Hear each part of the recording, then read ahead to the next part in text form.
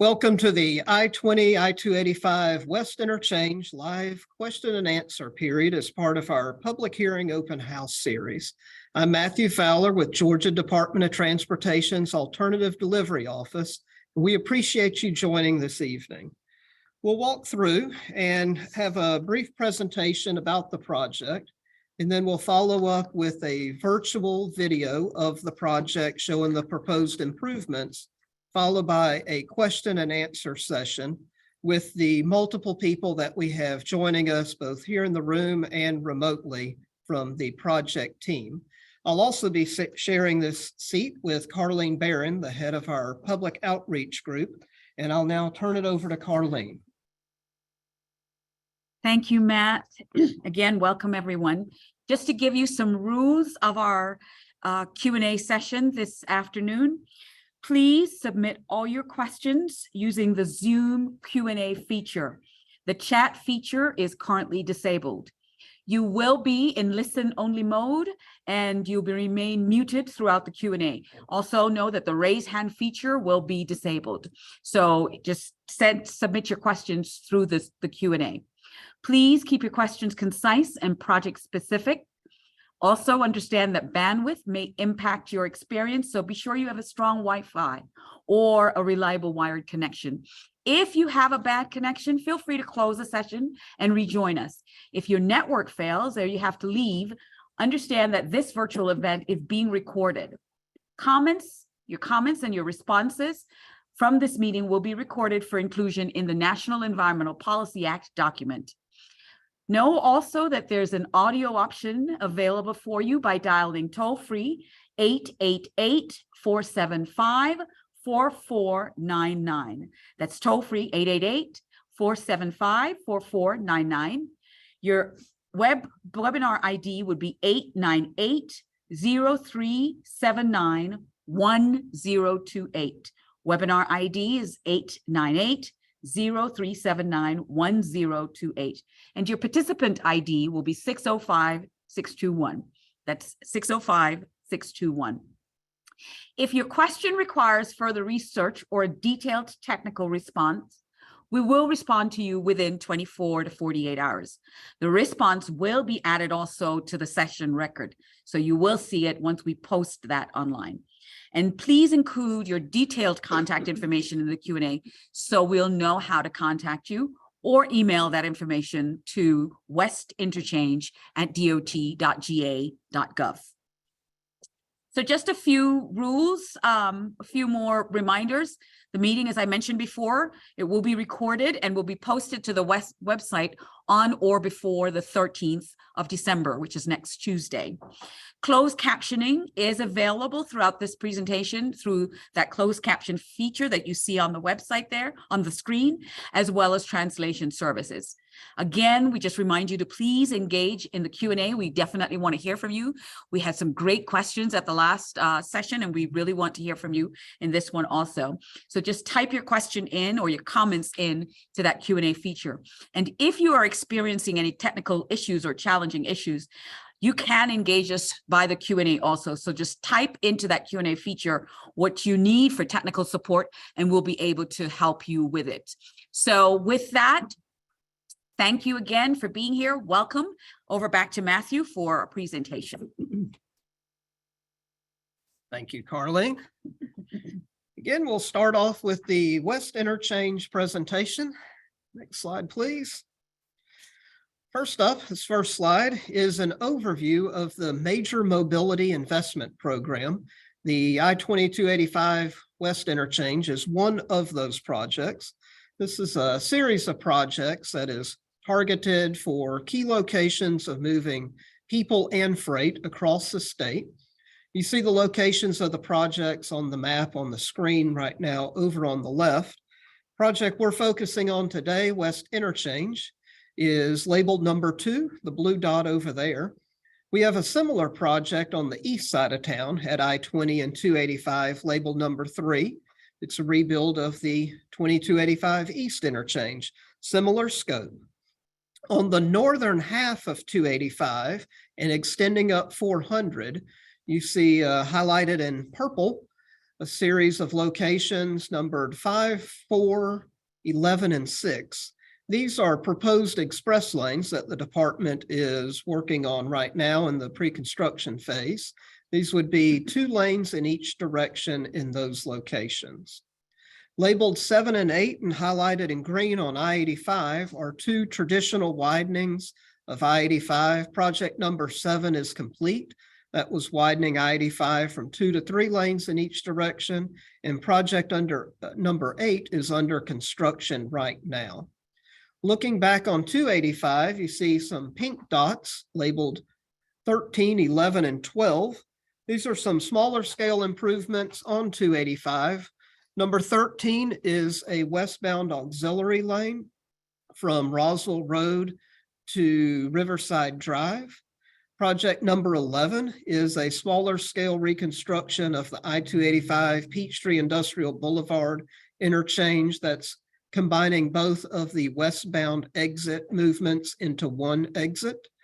And project number 12 is the replacement of 3 bridges on I-2 crossing over I-285, Covington Highway, Red Wing Circle, and Glenwood Road.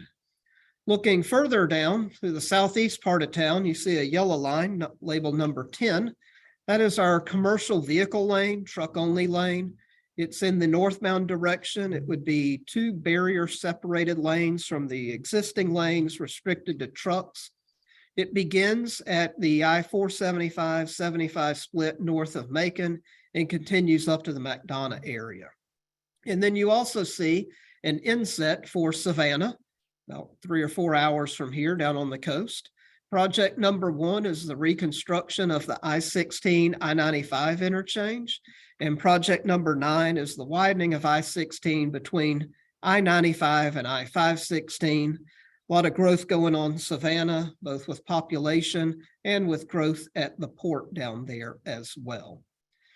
Next slide, please. And next again. Focusing the remainder of the presentation on the 2285 West Interchange, you see the project location on the map on the right.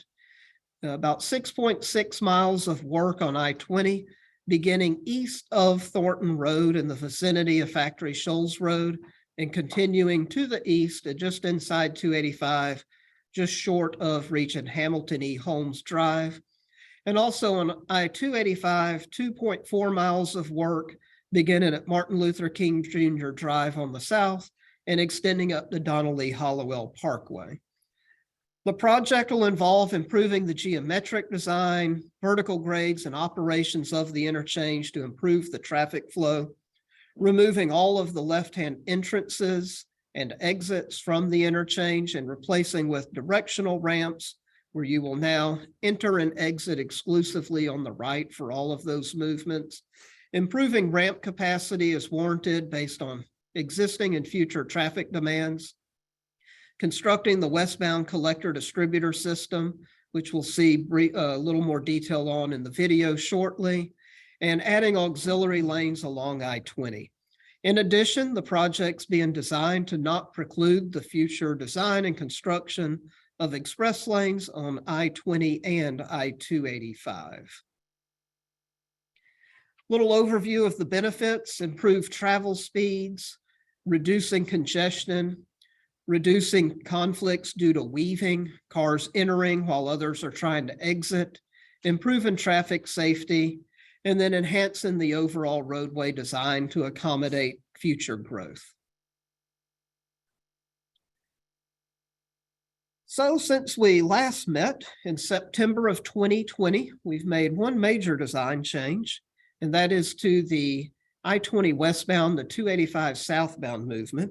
Back in September of 2020, we had our public information open house, and being in the middle of the pandemic, it was all online. It was a similar format to this meeting this evening.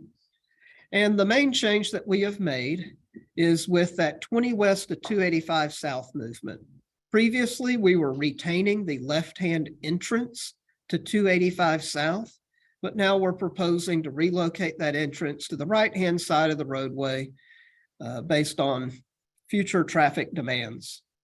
We also have been continuing to refine the project, And we now have 3 proposed detours, which I'll speak in more depth shortly. One at Fairburn Road crossing over I-20, one at Delmar Lane crossing under 285, and the ramp connecting from 20 westbound to 285 southbound that exits to Martin Luther King Jr. Drive. In addition, the team has been working to minimize the footprint of the project, and we now are anticipating fewer residences and businesses being displaced than initially expected.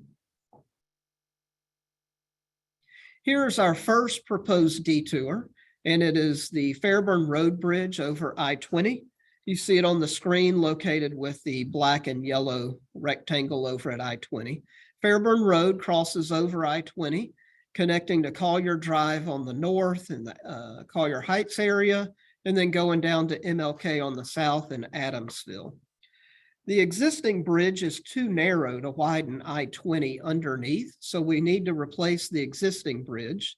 Our proposal is to completely close the bridge, demolish it, and reconstruct the new bridge roughly within the same footprint.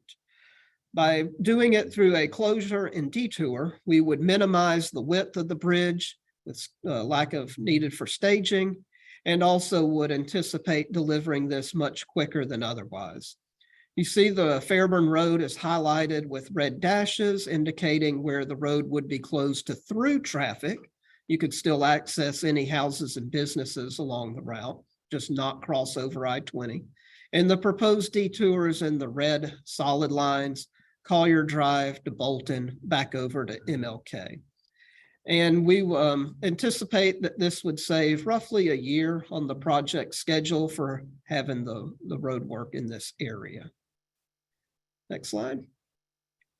Our second proposed detour is the ramp that goes from 20 west to 285 south, but then to MLK.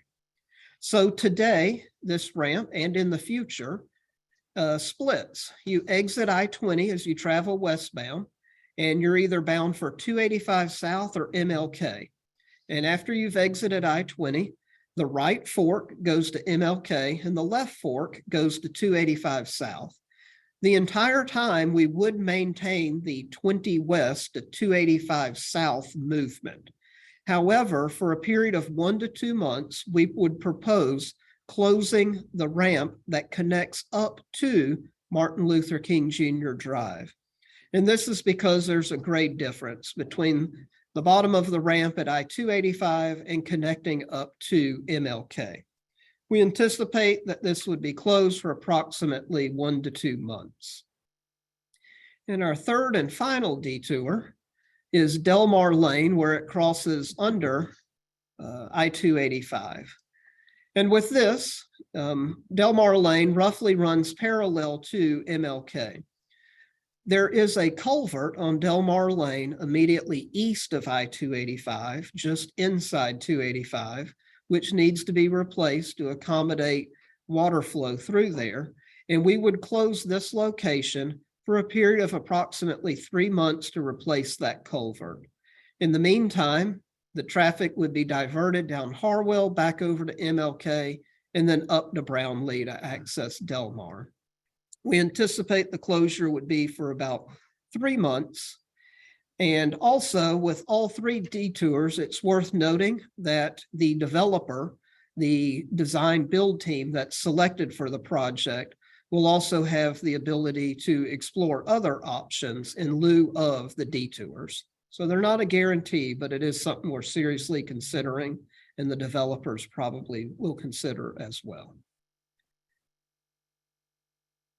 Here's our schedule. A lot of work has been taking place since the environmental and engineering work began back in 2019. Back in September of 2020, we had our public information open house. All of the information from that meeting has been on our website since then. It's recently been updated with more recent information, however, as part of tonight's meeting and next week's public hearing open house. Next week, we have our public hearing open house. It's Tuesday, December 13th at I-20 in Riverside at the Epic Center from 4 to 7. Hope you'll be able to join us. We're also beginning the procurement process for the project with the advertisement of our notice of intent to advertise. We anticipate in the second quarter of 2023 receiving our environmental document approval, which is part of what tonight leads into. And then also in 2024, in the third quarter, we would expect to have our developer selection. That's the design build team that would work on the project, with construction beginning in 2025. We've been meeting with a lot of different groups and individuals and elected officials in particular since the beginning of this year. You see some of them listed here. We've gotten a lot of good input from everybody and have also appreciated them being able to help spread the message of tonight's meeting and next week's public hearing open house. Next slide. Here's a slide that touches on the outreach we have with our public hearing open house. This looks like one of the flyers that we've probably sent out, and we also have this information on our website as well. On the lower right, you see a snapshot of what the website looks like. Carlene will walk us through that shortly. And with the next slide. Here's some of the details that we have going on. You see listed right now, the live virtual question and answer session. We had an earlier one this afternoon, same content as today, and all of this information will be on our website. And then most notably, we have our in-person public hearing open house next Tuesday, December 13th, from 4 to 7 at the Epic Center. And then down below, you see how you can leave comments, both online, in person, in writing, over the phone, or via the website and email. And we'll also have all of that information again at the public hearing open house. Here is the project website at the top, our project email address, and the project hotline where you can call and ask questions at any time. Now we'll switch over and look at a video of the proposed improvements. Just a simulation of what we're exploring here. Once it begins playing, I'll sort of give us an overview of the project. Here we are, we're beginning on the western limits of the project, I-20. Behind us is Thornton Road, and we're looking east towards the city, towards 285. There's Factory Shoals Road as we travel east. You'll notice we have 4 lanes eastbound and westbound at this location. Presently, we only have 4 lanes westbound here, so we'll be adding an additional 4th lane eastbound. We'll have a minimum of 4 lanes, both eastbound and westbound on I-20. And the further we proceed down I-20, you'll notice that we have more lanes coming westbound from 285 with a series of lane drops that occur at each of the interchanges. There on the right, you see Six Flags. And in the distance, you see the Chattahoochee River Bridge, I-20 crossing over the Chattahoochee. And in the far distance there, you'll see that we have Fulton Industrial Boulevard appearing. As we get closer, you'll notice there are 2 sets of lanes. There are the lanes with the I-20 shield over them. That's the I-20 westbound main line. And the lanes adjacent to those also coming towards us in the westbound direction. That's our collector distributor roadway. Those are the lanes that separate the traffic until it gets up to speed coming from I-285 that gets to I-20. So traffic coming from I-285 would enter I-20 west of Fulton Industrial before you get to the Chattahoochee. However, if you are on I-285 or I-20, you will still be able to access Fulton Industrial Boulevard. And there you see a ramp coming down from the collector distributor to the Fulton Industrial Boulevard exit, and a ramp going underneath. We call that a braided ramp from I-20 westbound to Fulton Industrial. In the distance there, you see the proposed new Fairburn Road overpass. Notice that it's wider for I-20 since I-20 is much wider through here. Usually our most congested ramp is the I-20 eastbound to 285 northbound. It's that one lane loop ramp. And we'll be replacing that with the ramp that's closest to us on the screen right now. You'll notice that it's 2 lanes and far broader and more sweeping than the existing ramp to be able to more safely handle a higher volume of vehicles. The opposite movement of 285 southbound to 20 westbound, that 1 lane ramp is also being widened and reconstructed to provide 2 lanes, and it'll also be broader and more sweeping as well.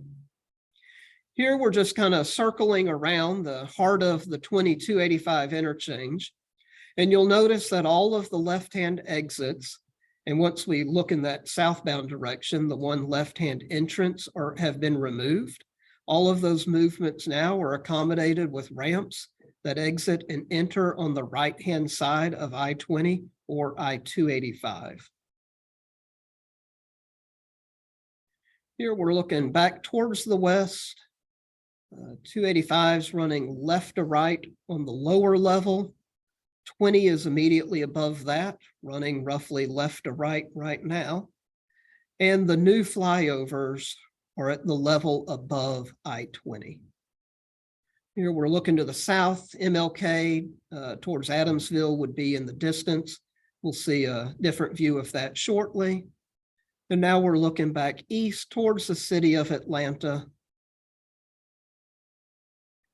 Shortly, we'll be able to see the Linkwood Road overpass crossing over I-20.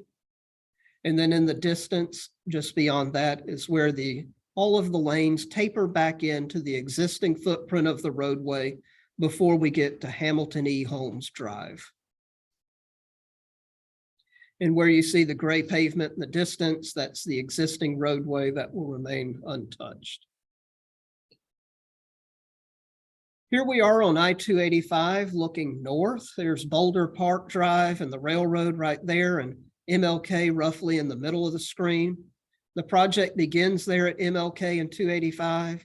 You notice the loop ramp coming from MLK to 285 northbound. You'll enter 285 further north from where you do today. And you'll also, if coming from MLK, have an option to go to I-20 east or west, just like you do today, but on separate ramps. Again, note that all of the left-hand ramps have been removed. They're all on the right now. Here we're traveling on 285 north. There's 20 crossing left to right.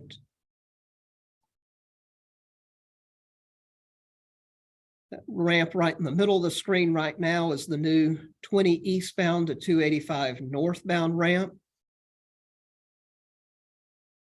And all of our lanes in this area are beginning to tie back into I-285.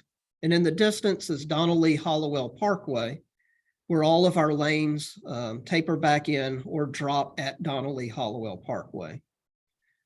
North of Donnelly Hollowell Parkway, there are no proposed widenings or improvements. There will still be the existing 4 lanes in each direction. Okay. Arlene? Great. Thank you, Matthew. Great information. So I will be sharing my screen.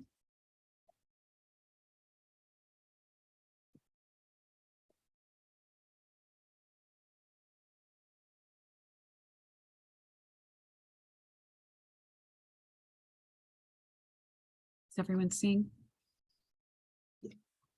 screen? Okay. So here, I just wanted to share with you our project website first. And this is the site that has been established since the beginning of the project. And here you'll find all information that has been happening on the project, all PDFs, all fact sheets and materials that have been there. Information from our last public information open house is also housed here on this website. One of the things, and then current status of the project, you'll see right here, our virtual sessions that we're actually in right now. You can call our hotline, and then information on our public hearing coming up on Tuesday, December 13th. One of the really critical and important things that we've added to this website is the opportunity to experience our public hearing open house on this website through this virtual meeting room. And so if you click enter and enter this virtual meeting room, you will actually come to the welcome page. This site allows you, it tells you how to enter the site, what information is actually there. So you'll be able to read and be able to maneuver the site, and it tells you on each page what's on the page in this particular box. So here's the page that you're looking at. Our welcome message is a welcome video from Georgia DOT spokesperson, Natalie Dale, and then handouts that you'll be able to click into and see the information about the public hearing right here. And also attached to this handout is a comment form, the fact sheet, frequently asked questions, the project maps.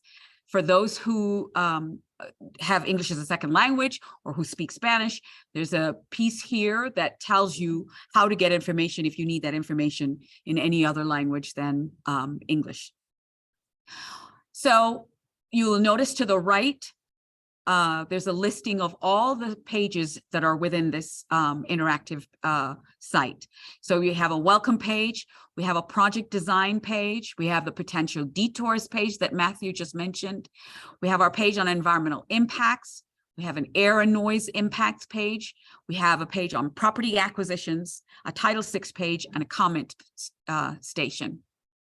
So just to show you how each other page looks,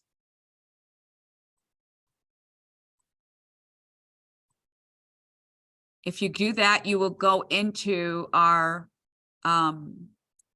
project design page. And here you'll see the video also.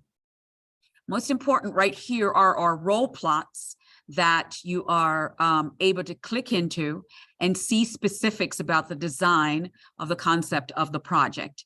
Here are what's changed, what has happened, what the engineers have been working on since the public information open house.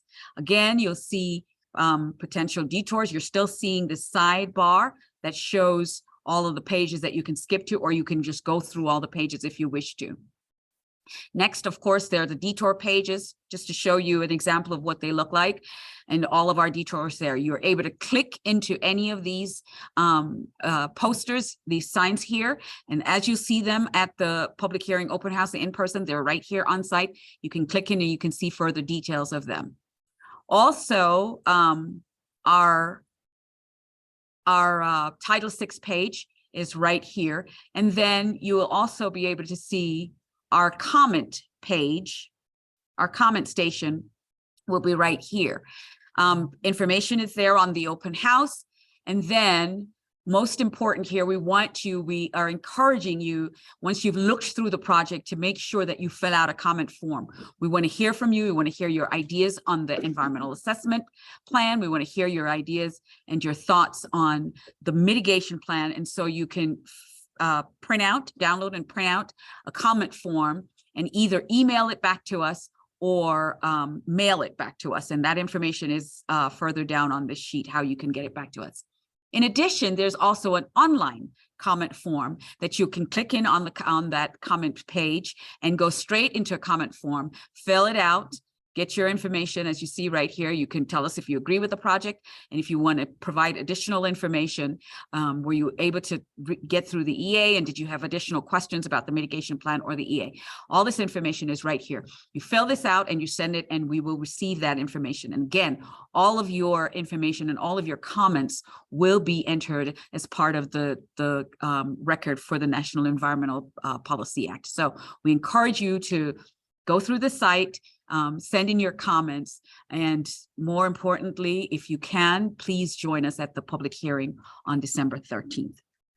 With that, I'll stop sharing, and Mikhail will go back, and we will be moving to our question and answer session, part of this session. We do have some questions in our Q&A already, and we will jump right into those. Our first question will be for Steve Lindley. First question is, how do you balance increasing safety when the speeds will increase on the project?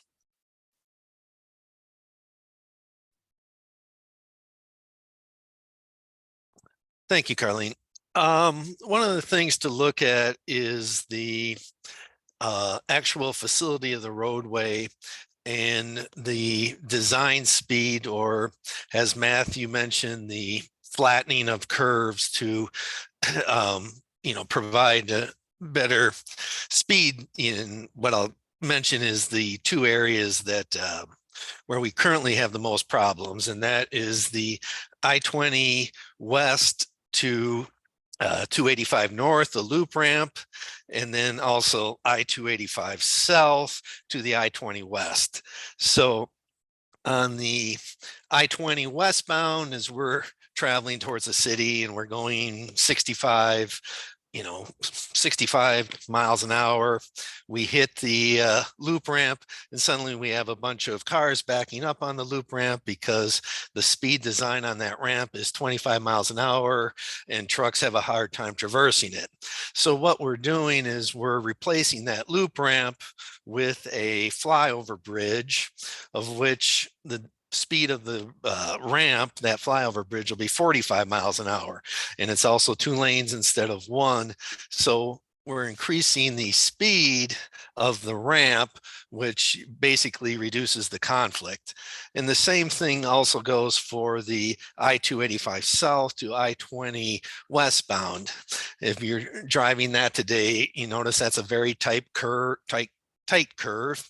and it's probably about 35 miles an hour at best, maybe 30. And it's also going up a steep incline. So what we're going to do is we're flattening that curve to increase the speed to 45 miles an hour.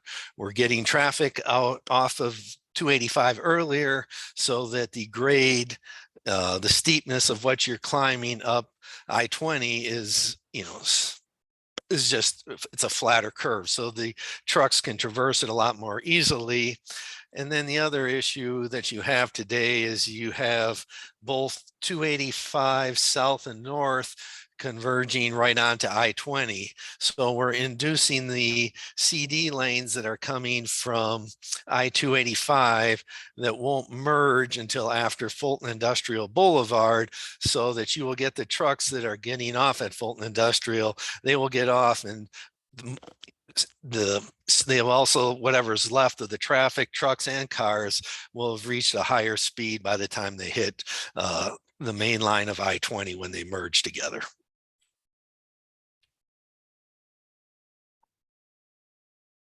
Thank you, Stephen. Our next question, was extending MARTA rail down to I-20 towards Fulton Industrial Riverside Parkway studied? So was extending MARTA rail down I-20 toward Fulton Industrial to Riverside Parkway studied? And that's from Matthew Fowler. Okay, thank you, Carlene. So not as part of this project, MARTA at this time has no plans to extend MARTA heavy rail to the west. It's important to note, though, that the decreased traffic in the area will have transit benefits, especially for the express buses traveling in the area. And I think it's also worth mentioning that the interchange project evolved out of an overarching planning process that focuses on all modes within the Atlanta region that's led by the Atlanta Regional Commission. And that's where all modes, both transit, highways, pedestrians, bicyclists, are all evaluated and looked at holistically. So while this project does not look at extending MARTA heavy rail to the west, the decreased travel times will have benefits for transit, express bus riders, and others. Thank you. Thank you, Matthew. The next question, does the Linkwood Bridge change or remain as is? Stephen?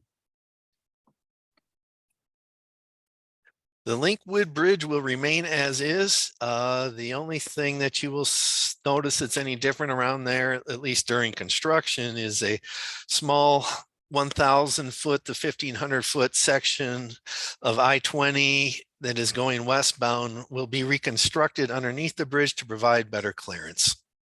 So, but the Linkwood Bridge itself will remain as it is today. Thank you, Stephen. The next question is from Miles Kemp.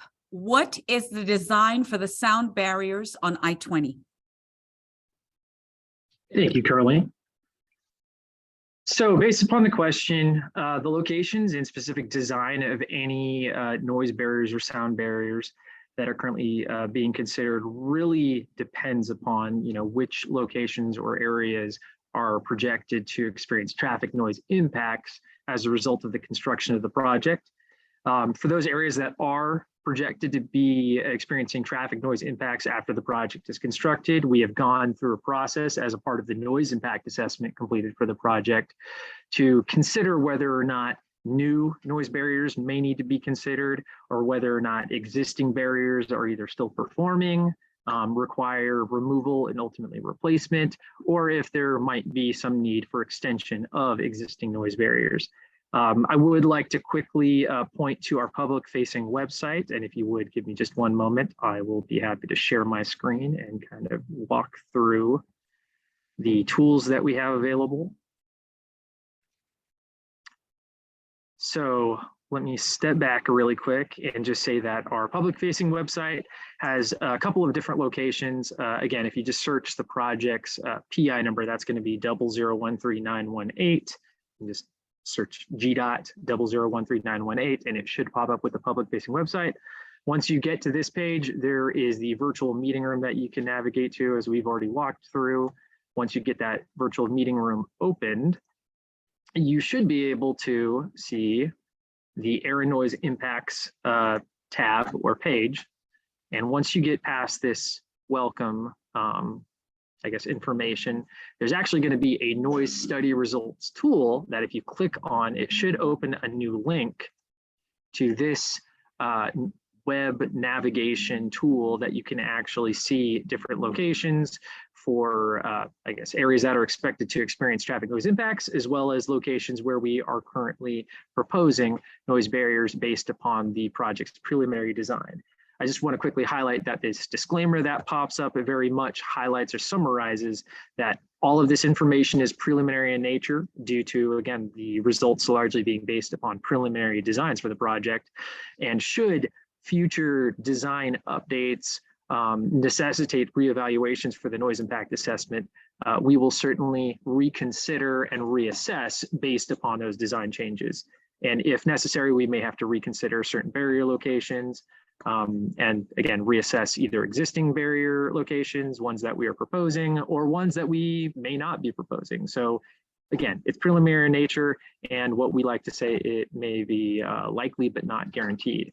So in order to get past this and actually access the page, you have to accept this disclaimer, at which point you have a couple of different things available to you. If you have a specific address you would like to zoom into and find the information specific for your property, you can actually type in the address right up here on the top right, and it should zoom you into that specific location along the project corridor. And once you get to that location, you should be able to see a number of different things like these dots, these points that we have on here that are color coded. And if you look in the bottom right, you'll see that there's a legend that's showing the impact status that has been determined based upon the preliminary, or rather the noise impact assessment, again, based upon preliminary designs. So if you have the yellow dot, you qualify as impacted as a result of the study. If not, if you're identified as one of these non-impacted locations, then we are not currently projecting that you would meet certain thresholds or exceed certain thresholds for impact, traffic noise impacts. At a number of these different areas, and I think it's worth saying, you can just zoom in, you can just navigate manually. You'll also see these different lines that are also kind of color coded. The red ones are highlighted as either new proposed barriers, or really it could be new replacements for existing barriers that may need to be removed as a result of the construction or the design of the proposed project. The blue lines that we can see on here are essentially being referred to as replace in kind. Again, those existing barriers that we have out there at this point in time You know, we're not proposing to really increase or change them, other than the fact that they do have to probably be removed as a result of conflicts with the project, and we might be shifting the locations ever so slightly, but we would be expecting, at least at this point in time, to remove those and then reconstruct them at a number of different locations. The yellow-green lines that if you scroll further to, I think, I-20 on the east side, there are a number of existing barriers that we have out there that we're not proposing or anticipating at this time to require any removal, replacement, or extension. And so that's what we have available at this tool. Additionally, you can click on a number of different things on here. The dots, you can click on them and you can get some results that are basically summarized from the noise impact assessment that has been completed. And it should identify both the current projected average hourly sound levels, you know, just any old day, this is what could be expected to be your average traffic noise level. In this case, because it's behind an existing barrier, it's expected to be a little bit lower. We also have sound levels that are projected here for the construction of the project, or after the construction of the project, after the project's been completed and whatnot. You can see what that expected sound level, could be. In regards to the other portion of the question, as far as what the design of the barriers would entail, or what that would kind of look like, it really depends upon the location. Simply, concrete barriers are typically what we would consider for ground-mounted barrier locations, where we can just install maybe either a new barrier directly into the earth, the posts in the earth. For some locations where we might have to put noise barriers on structures like retaining walls or maybe even bridges, we might be requiring a more lightweight material, in which case we typically default to metal walls, very similar to a lot of the ones that are out there currently along the I-20 and I-285 corridors.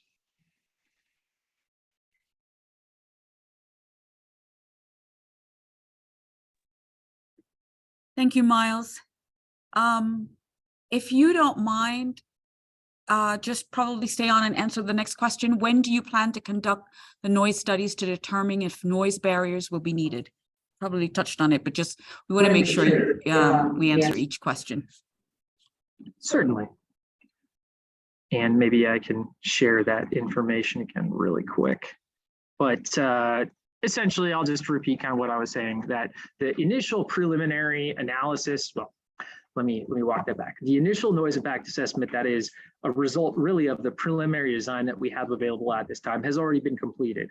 So the tool that we have been kind of showing off and is here on the screen again is meant to kind of summarize and help highlight the expectations resulting from that assessment. If we're expecting, like, further into the project lifespan, if we have design changes that ultimately necessitate reevaluations for the environmental studies, including the noise analyses, we will go back and make sure that the analyses and considerations that we've taken into account are updated to look at that revised proposed design of the project. And that's important because in some instances it could affect our preliminary noise abatement or noise barrier proposals or recommendations. Like, for instance, and I'm just going to use this as like just an example, if there are certain design changes that ultimately result in maybe a lack of constructability for maybe a noise barrier, either in its entirety or maybe for a section, we might have to update that proposed findings or proposed expectations for noise abatement. Or alternatively, if we have some impacted areas that for whatever reason we're not meeting the requirements or limitations for noise abatement considerations, we would also reevaluate that to ultimately see if, suddenly maybe it does meet our requirements and maybe it is in fact constructible. So again, we want to make sure that we're ultimately keeping in step with potential design changes and ultimately what the project will require up until basically the project is ready to go into construction. I think it's worth mentioning that once we finalize the design, either for the locations of the project or for the project in its entirety, we know that we can construct those barriers that we're proposing, or maybe if we're considering any alternative forms of noise mitigation or abatement, we would again make sure all of that is ultimately disclosed in the larger environmental document in accordance with NEPA.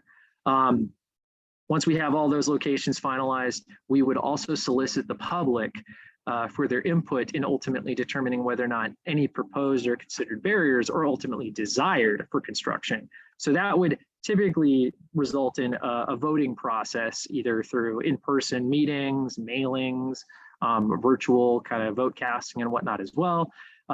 We just want to make sure we solicit the public's input and that we can ultimately get a majority determination on whether or not the construction of any proposed barriers are ultimately desired.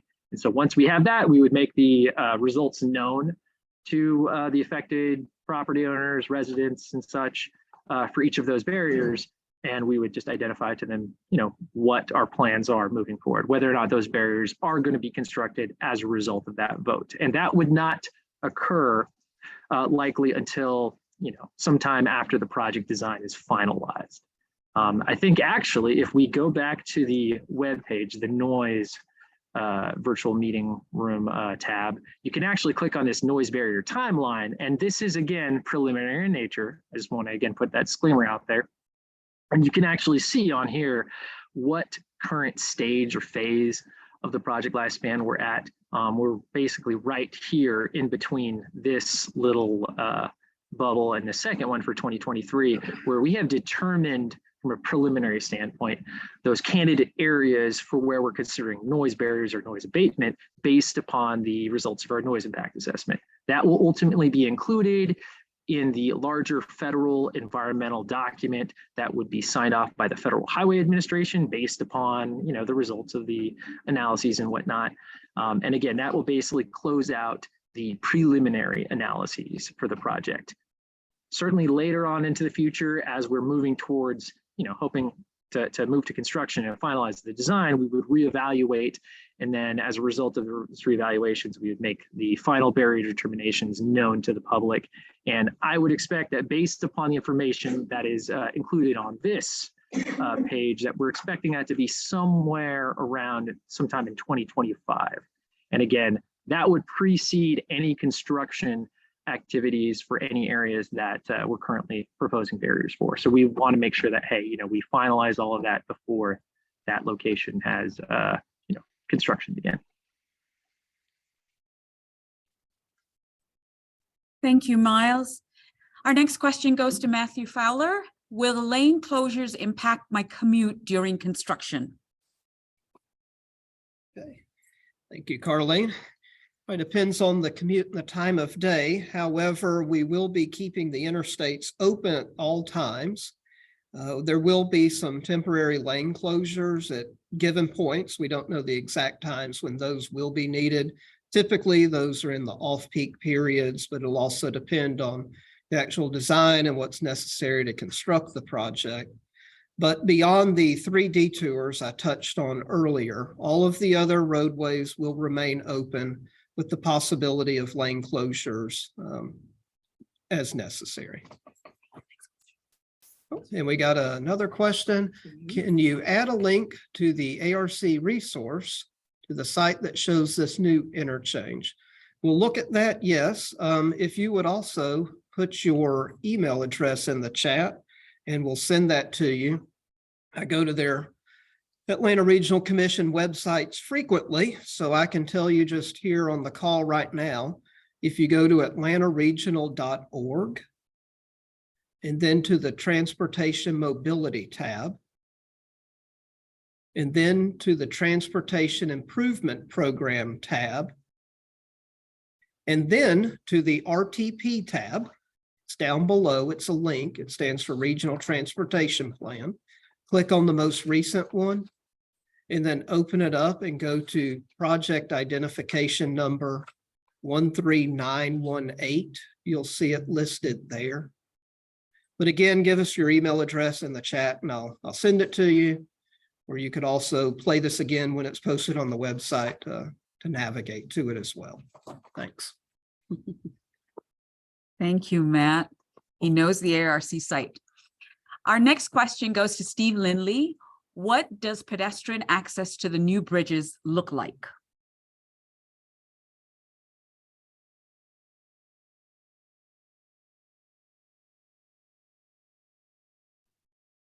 So Carlene, the only new bridge that has pedestrian traffic will be Fairburn Road. There will be sidewalks on both sides of the bridge. The sidewalks will be 6 feet, 6 inches wide.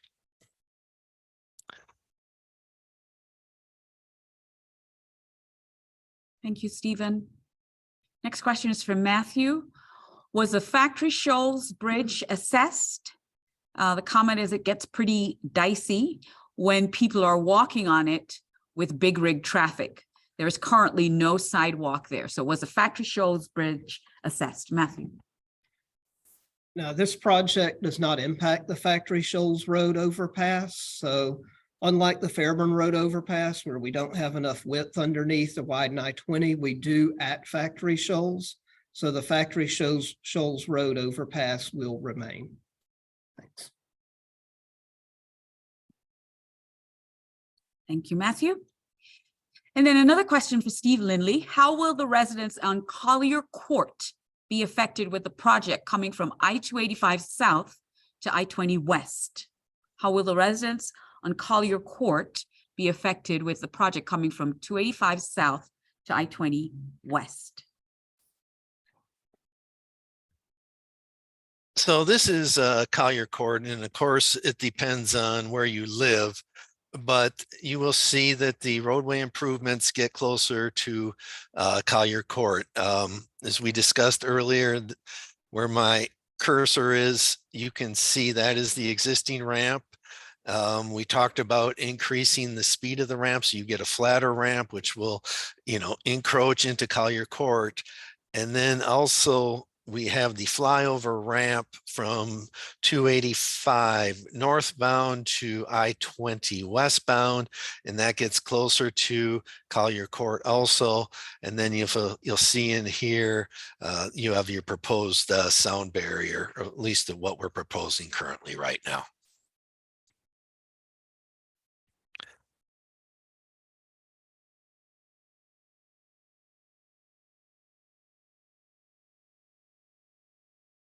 If possible, may I ask Phil?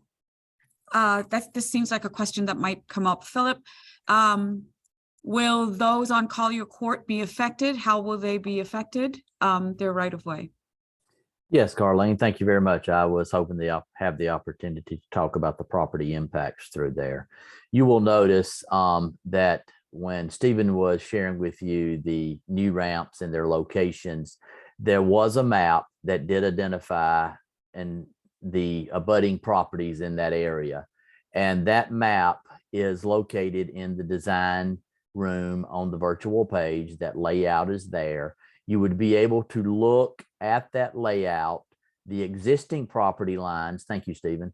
The existing property lines are identified in blue on that map. And if there is the need for right-of-way in that area, it is shown in a bold red line. So you can see there are a couple of properties there near the Fairburn Road that would be impacted with a right-of-way impact, and also several in the eastern end of Collier Court in the radius that would be impacted. So you can see the red lines indicating that there are some property impacts.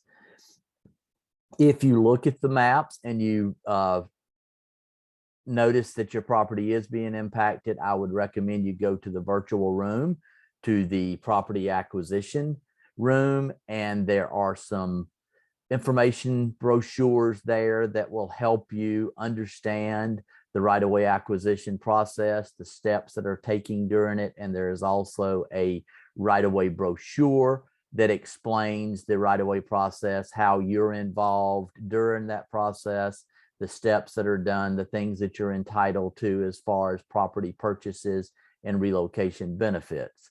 But more importantly, after you visit the room, if you realize your property is impacted, I would strongly encourage you to attend the PHOH next week, where a right-of-way agent could sit down with you one-on-one and talk in detail about the right-of-way process that will probably begin after the NEPA document in 2023 and be concluded before construction starts in 2025. Thank you, Carlene. Thank you, Phil. Good answer. Great information. Next question will be for Jonathan Cox. What are the environmental resources within the project limits that would be impacted?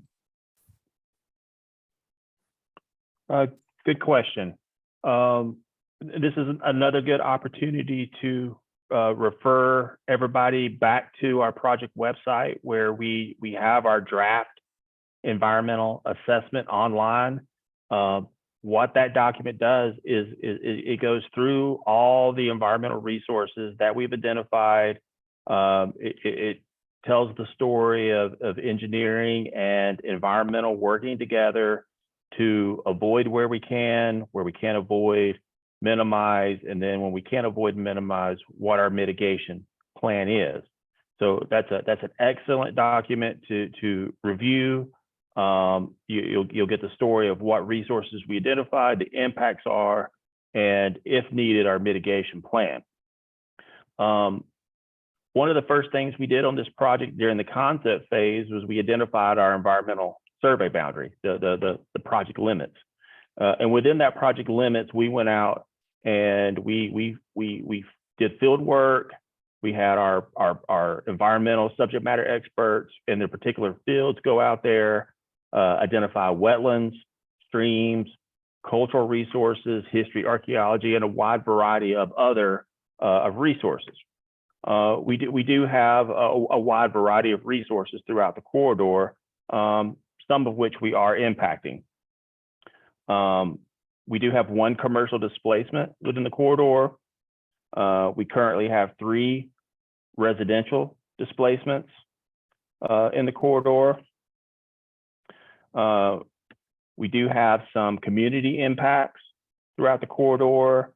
As we've mentioned, the project is going to require some right-of-way acquisition. We did not identify any division of communities. The project's not creating any community barriers or anything like that. I mean, the road exists today. We do have right-of-way impacts to a church where we are impacting some of their parking area. We do have minor impacts to a school. Mainly would be the tying in of their existing driveway into a relocated side road, and some impacts to some potential impacts to the front with their tree buffer that exists today. The Dr. Mary Schei Scott Memorial Park is located in the northeast quadrant of the existing interchange. We were able to avoid impacts to that, so there's no right-of-way impacts, there's no physical impacts to that park. We did evaluate noise impacts on that on the park. The noise impacts would exceed, Federal Highway's noise abatement criteria thresholds, but would not constitute a significant increase. So we did study that park in a lot of detail. Historic resources, we identified 5 listed or eligible resources within our project area. We did identify an adverse effect to the Collier Heights Historic District.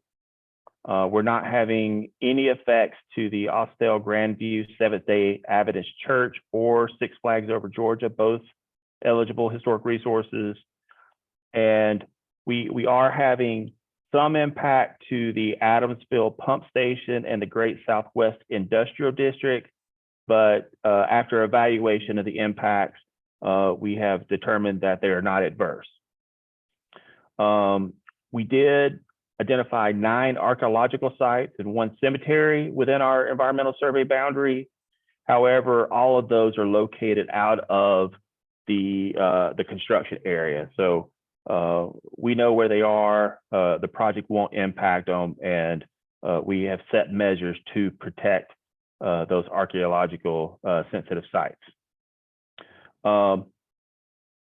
We did identify over 100 waters, so wetlands, streams, and wetlands within the project corridor.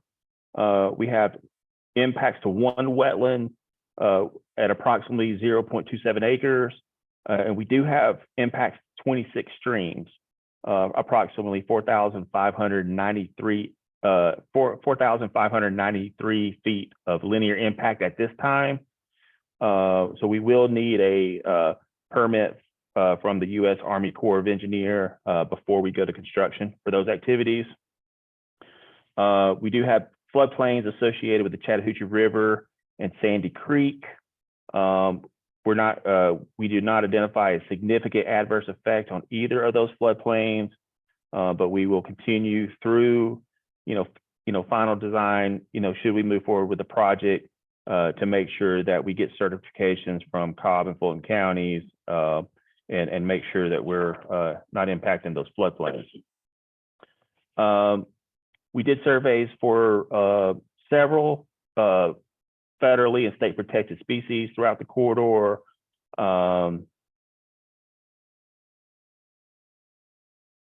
We're not likely to have an adverse effect on the northern long-eared bat. We didn't identify any impacts to bald eagle, and then no significant adverse effects to Georgia aster, which is a plant. And then we are looking at significant adverse effect to Chattahoochee crayfish, blue striped shiner, and high scale shiner, which are aquatic species. So we will take measures in the project to exercise best management practices so that there's no impact to water quality and such where those species reside.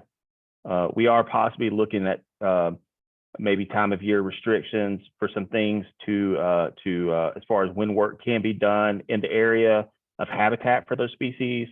And we would, if we deem those to be necessary, we would prepare a special provision which would go into the plan set, the contract, and basically just prescribe to the future contractor developer team of what they can do, when they can do it to further protect those federal and state protected species.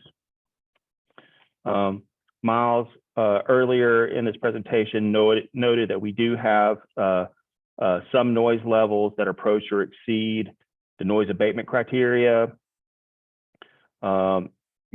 We have a combination of residential, parks, schools, churches, hotels, and other type land uses within the corridor.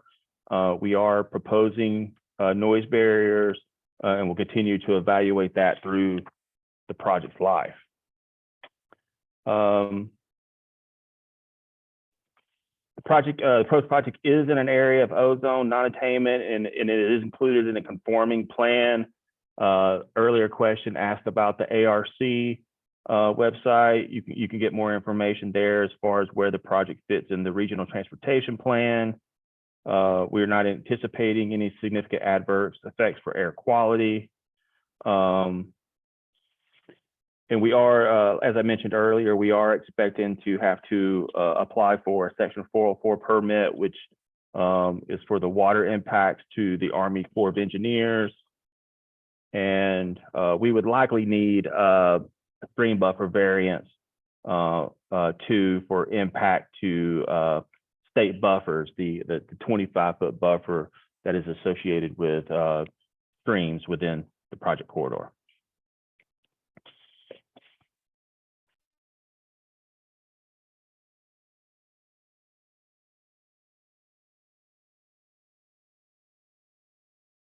Thank you, Jonathan. The next question would be from Matthew Fowler. And this person said they apologize in advance, but it's okay. We will answer your questions, even if they're repeated, but we need you to have all your questions answered.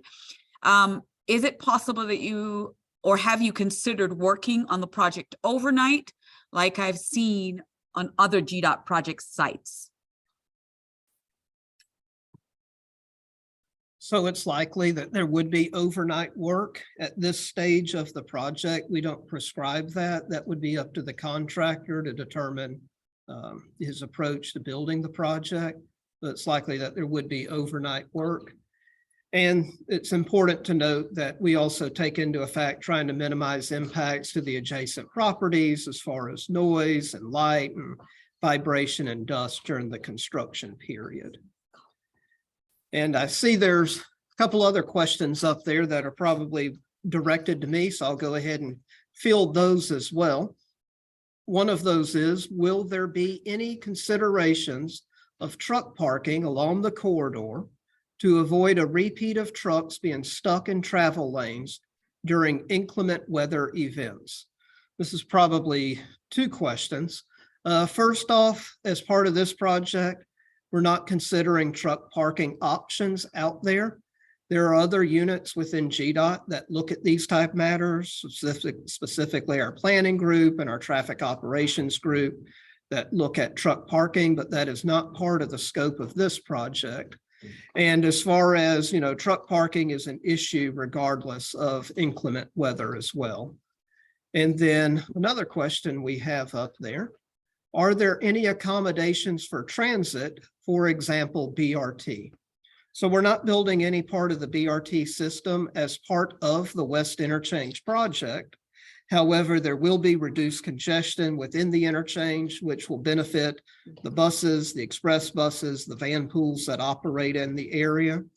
And also, we're designing the interchange and we'll construct it such that we don't preclude the future express lanes on I-285 and I-20. And those are the type of lanes that bus rapid transit would travel in the future. So, Arlene? Thank you, Matthew. So our next question, we just need a clarification very quickly, or we're going to reference. The question says, how will this affect Kevin Heights neighborhood? We wondered if this question is for Kevin Court's neighborhood. So that's the question that we're going to ask Stephen to answer. If that's not the neighborhood that you are speaking of, we just ask that you clarify in the Q&A chat if it's not Kevin Court neighborhood.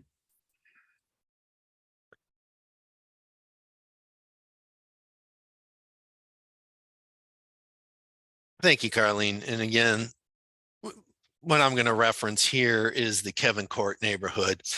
And what you can see is this is the existing I-285 northbound to I-20 eastbound ramp where my cursor is going into the city. And you can see that we are pushing closer towards the residential properties through here. By the time that we're in the area of, again, where the Kevin Court neighborhood is, we're roughly edge of the roadway, probably 35 to 40 feet closer to these homes than what was there before. There's a barrier here, noise barrier and stuff like that.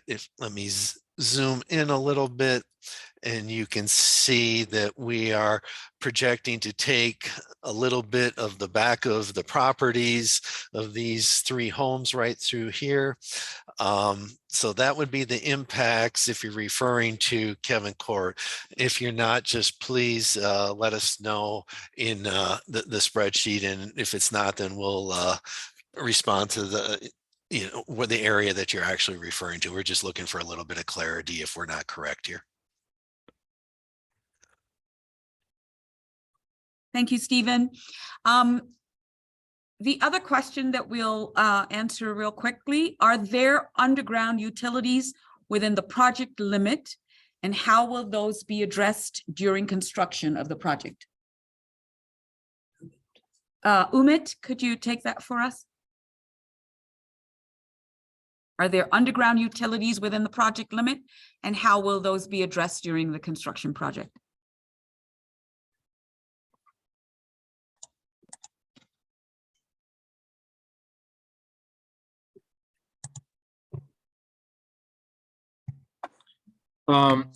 There are several underground utilities, including the Colonial Pipeline crossing the I-20, and also the overhead utilities. Georgia Power is crossing the I-20 closer to the I-20 285 interchange.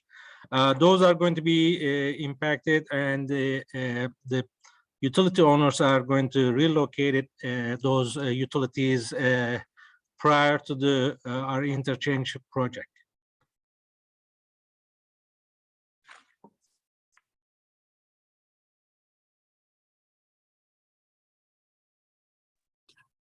The next question. Can you be more specific on the impact on Harwell Road?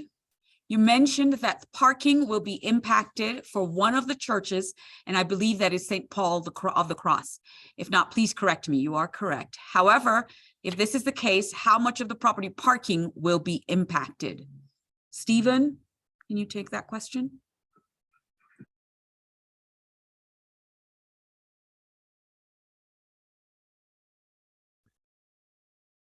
Sure, Carlene. If you give me a minute here, I will pull it up, the appropriate drawing. If you could just give me a second while I zoom into it and we can show it with a little bit more clarity.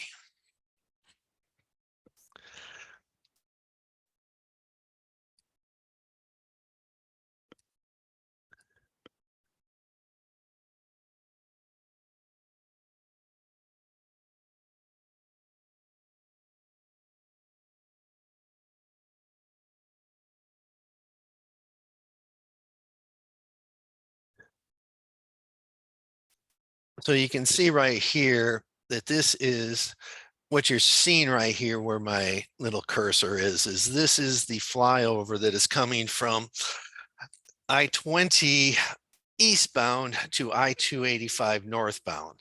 So this is replacing that loop ramp. And its landing spot is basically adjacent to the I-285 main line, 4 lanes coming right here, and you got your shoulders of 12 feet on both sides. And what that'll do then is this is 2 lanes, is that's going to push Harwell out. And if I had to guess, it's probably about 40 feet to the south of where it is today, 40 to 50 feet. So you can see, you know, right through here. Let me zoom in a little bit. And you can see our proposed red line here, which is our proposed right of way. And then what the parking that we're talking about replacing is for the St. Paul church right down here is the parking that's right at the bottom next to Harwell Road right through here.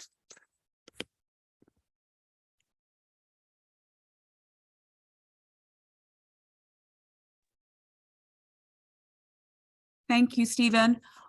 One last question, and then we are going to actually go to our video. Matthew will answer this question. How will the community be notified about the impacts of construction once the project begins construction?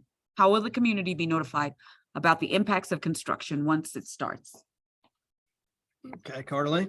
Yeah, once the developer, the design build team is chosen, they are required by GDOT to continue robust public outreach activities to inform the community of all upcoming construction, and information regarding the project status would be found on the project website or by calling the project hotline that we showed earlier of 770-343-5770. And it looks like we've got a clarification on the Kevin Heights. Carlene, take a look at it. So the question is, I'm having difficulty in the Zoom clarifying my question in enough time. My neighborhood is Kevin Heights at the intersection of Linkwood and Trimble Lane, right near the 20 overpass. So Stephen is going to pull back up. Thank you for that clarification. Stephen is going to pull that back up for us.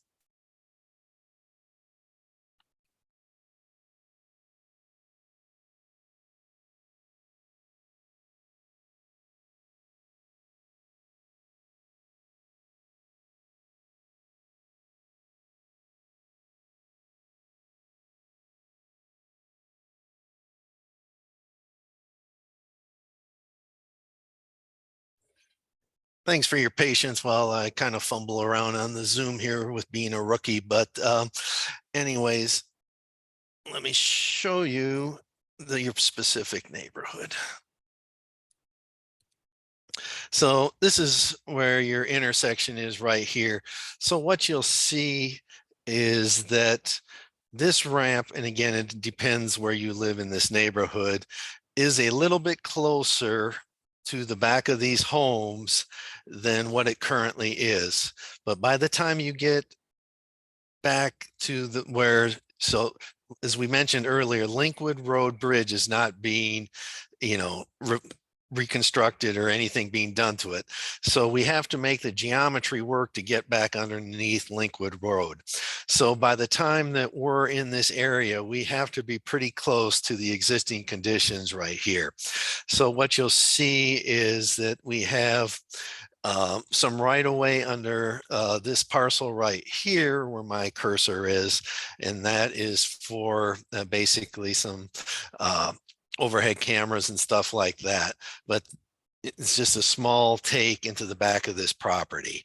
So the actual impacts to the property, you won't be any, it shouldn't be any takes, but the roadway will be, and if I had to say, 15 to 20 feet closer than it is today, but not too much.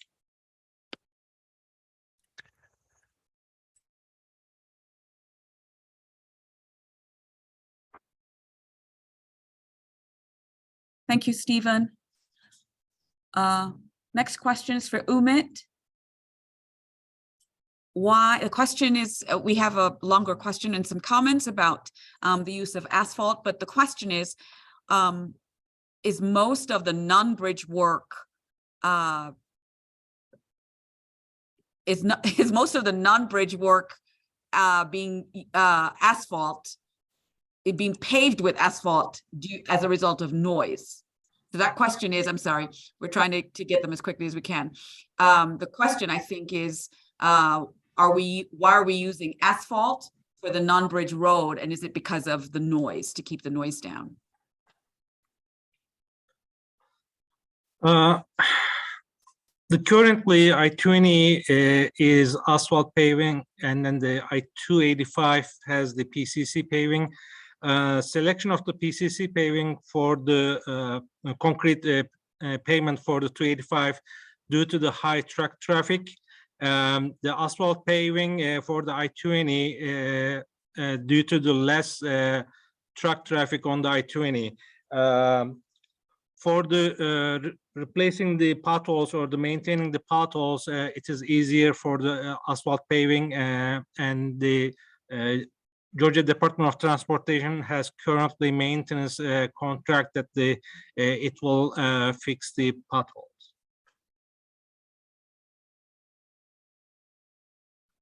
Thank you, Umit. Mikal, can you cue the video for us to, Matthew will go through. Okay. So again, here's our video. If anybody has any questions, feel free to continue submitting those and we'll take a look at them in a moment. But here we are traveling I-20 in the eastbound direction towards Atlanta, towards I-285.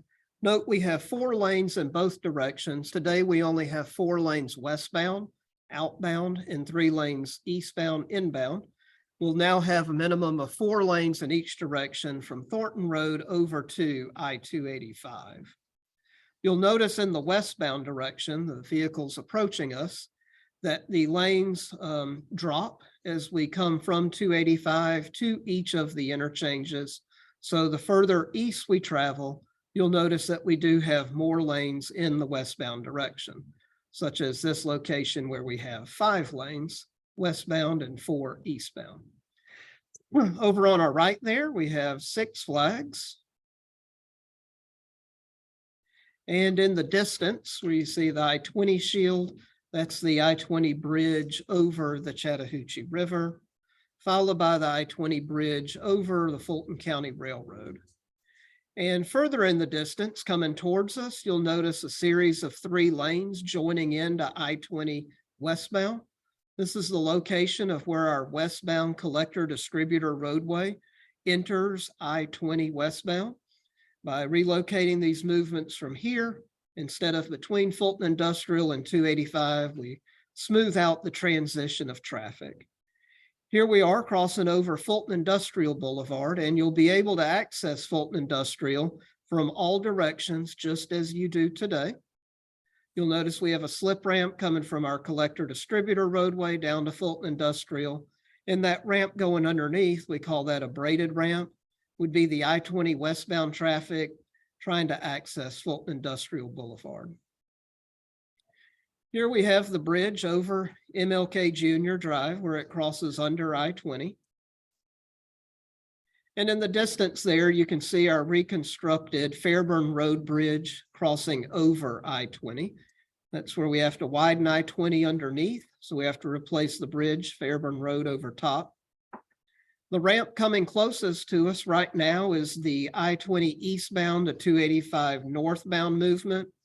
That's a 2-lane ramp. It's broad and sweeping in comparison to the existing 1-lane loop ramp we have today. It's one of the most congested movements we have out there. And the reverse movement of 285 southbound to I-20 westbound currently is a 1-lane ramp, kind of tight also down at the bottom.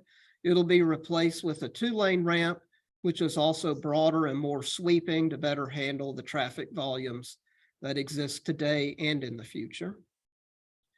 Here we're just kind of circling around the interchange. I-20's directly underneath us and 285 is underneath I-20. You'll notice we've replaced many of the existing movements with flyovers and oftentimes providing 2 lanes instead of 1 on each of the ramps. You'll also notice that we've removed all of the left-hand exits and the 1 left-hand entrance within the interchange. So all of those movements you'll still be able to make. You do it from the right-hand side of the roadway. No need to get over in the left lane to exit or enter. Continuing to circle around in the interchange, we're about to look back to the east, back into the city, inside the perimeter. Ramp closest to us there in the middle of the screen, that's the I-20 westbound to 285 southbound ramp. And shortly in the distance, we'll see the Linkwood Road overpass crossing over I-20. Again, not touching that bridge there. And we're bringing in all of our lanes and back down to the existing section just before you get to Hamilton E. Holmes. Here we are on I-285 looking north. Boulder Park and the railroad overpasses are right in front of us, and Martin Luther King Jr. Drive's in front of us right there at the top of the screen. You see the loop ramp coming in from MLK going northbound. If you're entering there, you'll be able to go I-20 east or west along with 285, just like you can today. You'll just enter those locations differently than you do today. Longer entrance ramps, get you up to speed, won't have to conflict with the weaving traffic in front of you. Same for the people on I-285 coming through there. There's I-20 in the middle of the screen crossing left to right. Again, notice that we've removed the left-hand exits and entrance. And here we are getting north of the interchange. Harwell Road's there on the right. Church is over on the right also nearby. And you'll notice that all of our lanes are coming back into 285 through here. We will be adding 1 lane in each direction to I-285 through here. However, that lane drops at Donald Lee Hollowell. And from this point north, we have the existing 4 lanes in each direction on 285 that remain. Okay, so it looks like we don't have any more questions, and we're also getting close to 6:30. So I do want to thank everybody for joining us this evening. We appreciate your interest and your participation and your questions. We want to encourage you to come out next week, Tuesday, December 13th, to the public hearing open house. It's from 4 to 7 p.m. at the Epic Center at I-20 and Riverside. We'll have this entire team there along with some others as well to answer questions. We'll also have the roll plots, the layouts, the information that Steve was showing us earlier in person with displays up that everybody can look at. Please also continue to go to the website. All of the information from tonight and that will be at the public hearing open house is on the website as well. And feel free to access it at any time. And also that we welcome your comments as well.